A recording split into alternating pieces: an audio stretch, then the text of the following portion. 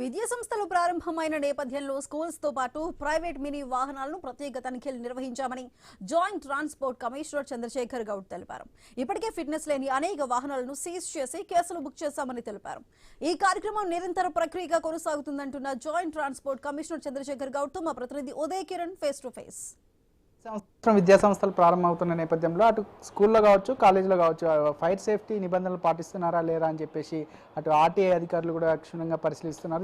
దీనికి సంబంధించిన ఇప్పటికే గత 2 రోజుల నుంచి కూడా ఆర్టీఏ అధికారులు అటు స్కూల్ బస్సులను కూడా తనిఖీ చేయగా కొన్ని బస్సులను కూడా సీజ్ చేసిన పరిస్థితి కనిపిస్తూ ఉంది. ఇదే అంశంపై ప్రస్తుతం మనతో పాటు మాట్లాడేందుకు joint transport commissioner Chandrashekar Goud garu ఉన్నారు. వారి మాటలను తెలుసుకుందాం. సార్ చెప్పండి, అంటే ఈ సంవత్సరం విద్యా సంస్థలు ప్రారంభమవుతున్న నేపథ్యంలో ముఖ్యంగా స్కూల్లో విషయానికి వస్తే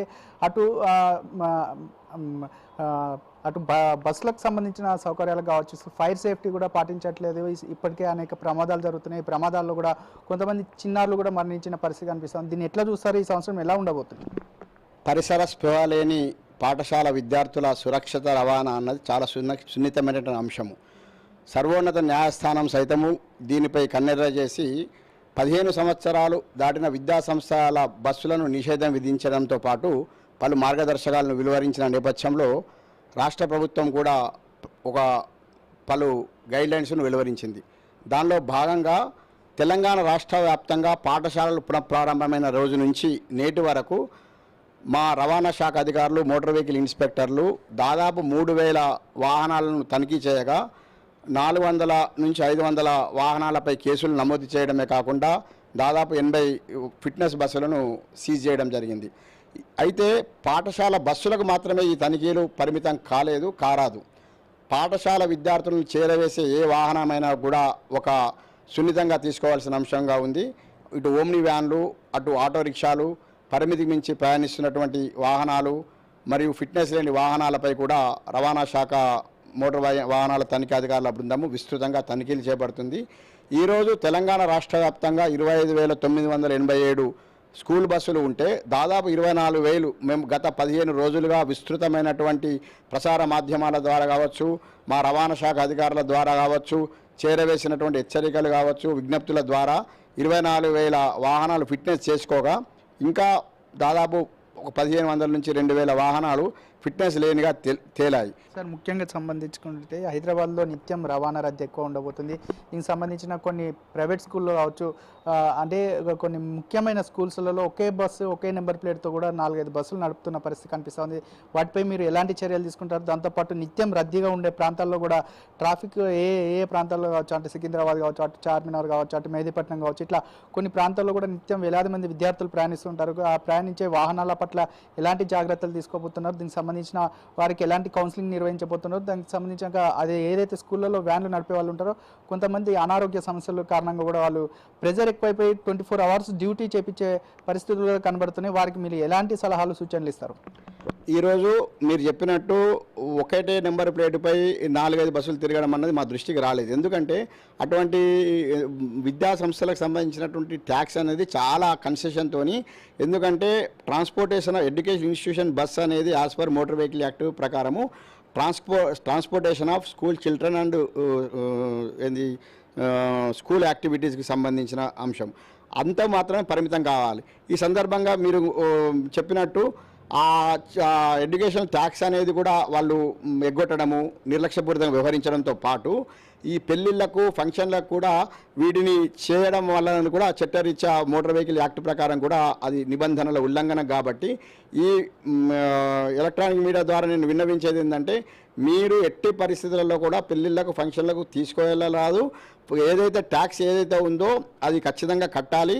అంతేకాకుండా మీరు చెప్పినట్టు ఓమ్ని వ్యాన్లు కావచ్చు, దీనికి సంబంధించినటువంటి ఆటో డ్రైవర్లు కావచ్చు, ఈ స్కూల్ బస్సులకు సంబంధించినటువంటి ఏదైతే ఉందో వారి యొక్క ఆరోగ్య పరిస్థితిని కూడా ఎప్పటికప్పుడు హెల్త్ చెకప్లు పెట్టారు. ఎందుకంటే GO 35 ప్రకారము వారి యొక్క ఆరోగ్య పరిస్థితిని కూడా విద్యాసంస్థల యాజమాన్యాలు సమీక్షించాలని ఉంది.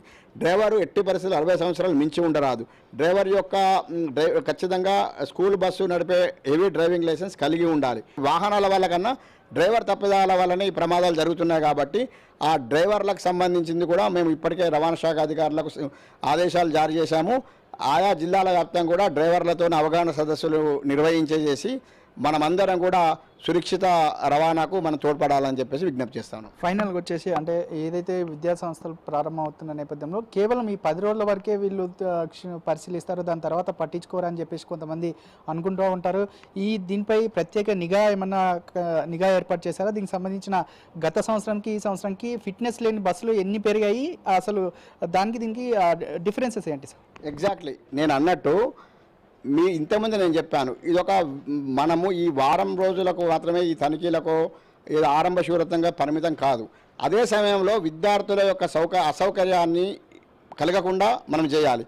ఫర్ ఎగ్జాంపుల్ మనము ఒక 10 రోజుల తర్వాతనో నెల రోజుల తర్వాత 2 నెలల తర్వాత కూడా రోడ్ల వెంబడి బస్సులను ఆపి బస్సులను చెకింగ్ చేసుకుంటూ ఉంటే 5:30కు రావాల్సిన కూతురు ఇంటికి రాకపోతే తల్లి ఎంత తల్లిందో మనకు తెలుసు.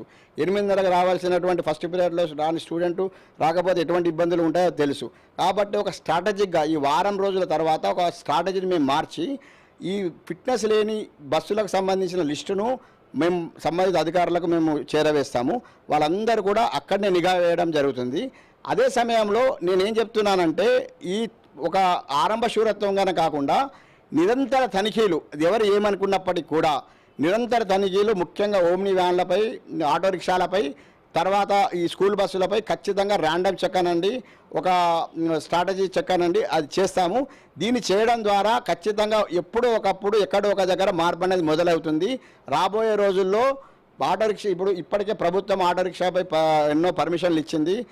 ఎల్పిజి కావచ్చు, సిఎన్జి కావచ్చు, ఎలక్ట్రిక్ వాహనాలపై పరిమితులను ఇచ్చింది. కాబట్టి ఈ ప్రసార మాధ్యమాల ముఖంగా నా విజ్ఞప్తి ఏంటంటే అకాడమిక్ మధ్యలో మీ కుమారుడు ప్రయాణించే వాహనం కానీ సీజ్ చేస్తే మీ కుమారుడు అకాడమిక్ ఇబ్బంది అయ్యే అవకాశం ఉంటుంది. కాబట్టి అకాడమిక్ మొదట్లోనే మేము అందరికీ హెచ్చరికలు జారీ చేస్తూ ఉన్నాము. అంతేకాకుండా స్కూల్ బస్సుకు సంబంధించినటువంటి డాటా కూడా వాళ్ళ స్టూడెంట్ ట్రాన్స్పోర్ట్ చేసే వెహికల్ డాటా కూడా ప్రతి స్కూల్ వాళ్ళు కూడా మా వెబ్సైట్లో కూడా పొందుపరిచే విధంగా కూడా మేము ప్రణాళికలు రూపొందిస్తున్నాం.